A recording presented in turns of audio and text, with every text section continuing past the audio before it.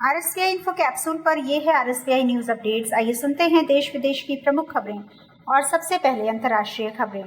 Ukraine जंग के लिए शांति सम्मेलन में भाग लेने को 90 देशों की स्वीकृति, चीन का अड़ंगा। स्विट्जरलैंड के बर्नस्टॉक में 15-16 जून को यूक्रेन पर होने वाले शांति सम्मेलन में भाग लेने के लिए 90 देशों के नेताओं और संगठनों ने स्वीकृति दे दी है, लेकिन इस बैठक में रूस को निमंत्रित नहीं किया गया है। इससे असहमत चीन ने सम्मेलन की सफलता पर सवाल उठाए हैं और सम्मेलन में शामिल होने की घोषणा नहीं की है। गाजा में खूनी जंग रोकने के लिए अमेरिका ने रची बड़ी योजना, कहा युद्ध विराम के लिए हमास पर दबाव डालने अरब देश। गाजा में युद्ध विराम के लिए गतिविधियां फिर से तेज हो गई हैं। अमेरिका के विदेश मंत्री एंटनी ब्लिंकन गाजा युद्ध के दौरान 8वीं बार अरब देशों की यात्रा पर है। मिस्र पहुंचकर उन्होंने अरब देशों से अनुरोध किया कि युद्ध विराम के लिए वो हमास पर दबाव डालें। इस बीच अमेरिकी राष्ट्रपति जो बाइडेन की शांति योजना पर सुरक्षा परिषद में चर्चा और मतदान हो सकता है। हमने अदन की खाड़ी में 2 जहाजों को मिसाइलों और ड्रोन से मारा, हाउती आतंकियों ने दुस्साहस करके वीडियो में कबूली हरकत। यमन के हाउती आतंकियों ने अदन की खाड़ी में 2 जहाजों को निशाना बनाया है। अमेरिकी सेना के सेंट्रल कमांड ने कहा कि anti ship ballistic cruise missile ने एंटीगुआ और बारबुडा ध्वज वाले मालवाहक जहाज नारदनी फॉरवर्ड स्टेशन पर हमला बोला। इसमें आग लग गई, हालांकि जल्द ही इस पर काबू पा लिया गया। एक दूसरी एंटी शिप क्रूज मिसाइल ने भी नारदनी पर हमला बोला। मलावी उपराष्ट्रपति को ले जा रहा विमान लापता, तलाश जारी। मलावी के उपराष्ट्रपति और 9 अन्य लोगों को लेकर जा रहा सैन्य विमान लापता हो गया। विमान की तलाश जारी है। मलावी के राष्ट्रपति लाजरस चकवेरा के कार्यालय ने बताया, उपराष्ट्रपति साउलोस चिलिमा और अन्य लोगों को लेकर विमान ने राजधानी से स्थानीय समय अनुसार सुबह 9:17 पर उड़ान भरी थी। विमान को लगभग 45 मिनट बाद मुज्जू अंतर्राष्ट्रीय हवाई अड्डे पर उतरना था, लेकिन विमान के रडार से गायब होने के बाद से विमानन अधिकारियों का अब तक विमान से संपर्क नहीं हो सका है। नवाज शरीफ ने प्रधानमंत्री नरेंद्र मोदी को तीसरी बार प्रधानमंत्री बनने पर दिल खोलकर दी बधाई।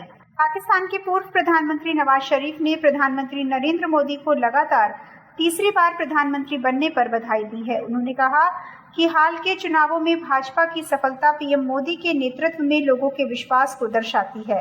पाकिस्तान मुस्लिम लीग नवाज के सुप्रीमो नवाज शरीफ ने कहा, मोदी जी को तीसरी बार प्रधानमंत्री बनने पर मेरी हार्दिक बधाई। हाल के चुनावों में आपकी पार्टी की सफलता आपके नेतृत्व में लोगों के विश्वास को दर्शाती है। आइए बढ़ते हैं अब देश के साथ और सुनते हैं राष्ट्रीय खबरें। रूस में ब्रिक्स के विदेश मंत्रियों की बैठक शुरू, समूह में नए देशों के शामिल करने का रास्ता होगा साफ। ब्रिक्स के विदेश मंत्रियों का 2 दिवसीय सम्मेलन रूस की निझानी नोवगोरोड में शुरू हो गया है। विदेश मंत्रालय के आर्थिक संबंधों के सचिव दामू रवि के नेतृत्व में भारतीय प्रतिनिधिमंडल ब्रिक्स सम्मेलन में शामिल हुआ है।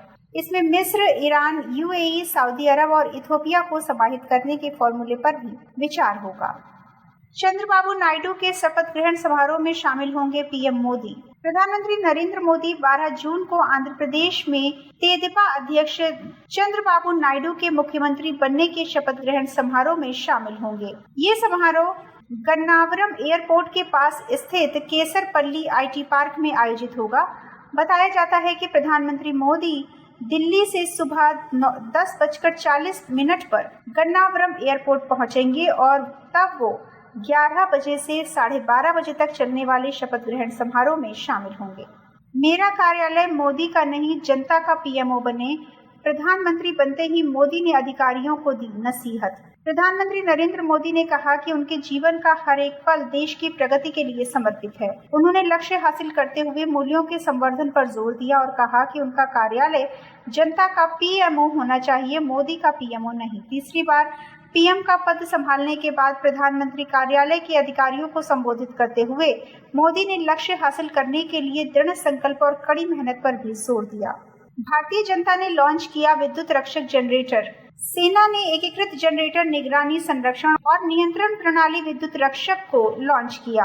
सेना डिजाइन ब्यूरो द्वारा विकसित तकनीकी आधारित इनोवेशन प्रणाली विद्युत रक्षक को सेना के उप प्रमुख लेफ्टिनेंट जनरल उपेंद्र द्विवेदी ने लॉन्च किया है। लॉन्चिंग कार्यक्रम में लेफ्टिनेंट जनरल द्विवेदी ने जम्मू कश्मीर के श्रीनगर में स्थित जनरेटर को रिमोट से चालू किया और जनरेटर के मापदंडों को दूर से देखा। सेना प्रमुख जनरल मनोज पांडे ने अपने संदेश में कहा, विद्युत रक्षक की ये सफलता मिसाल कायम करती है। आइए अब जुड़ते हैं खेलों के साथ और सुनते हैं खेल जगत से जुड़ी मुख्य खबरें।